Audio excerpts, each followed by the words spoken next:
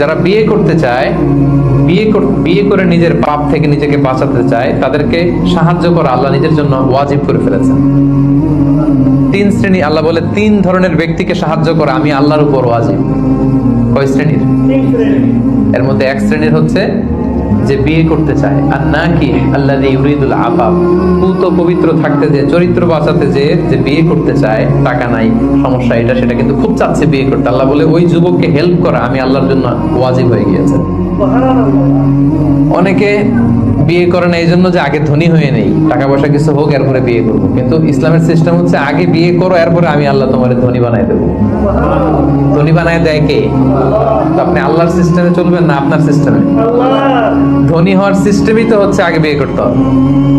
সব সফল লোকেরা, ধনী লোকেরা দেখবেন যে আগে আগে বিয়ে করে ফেলছে।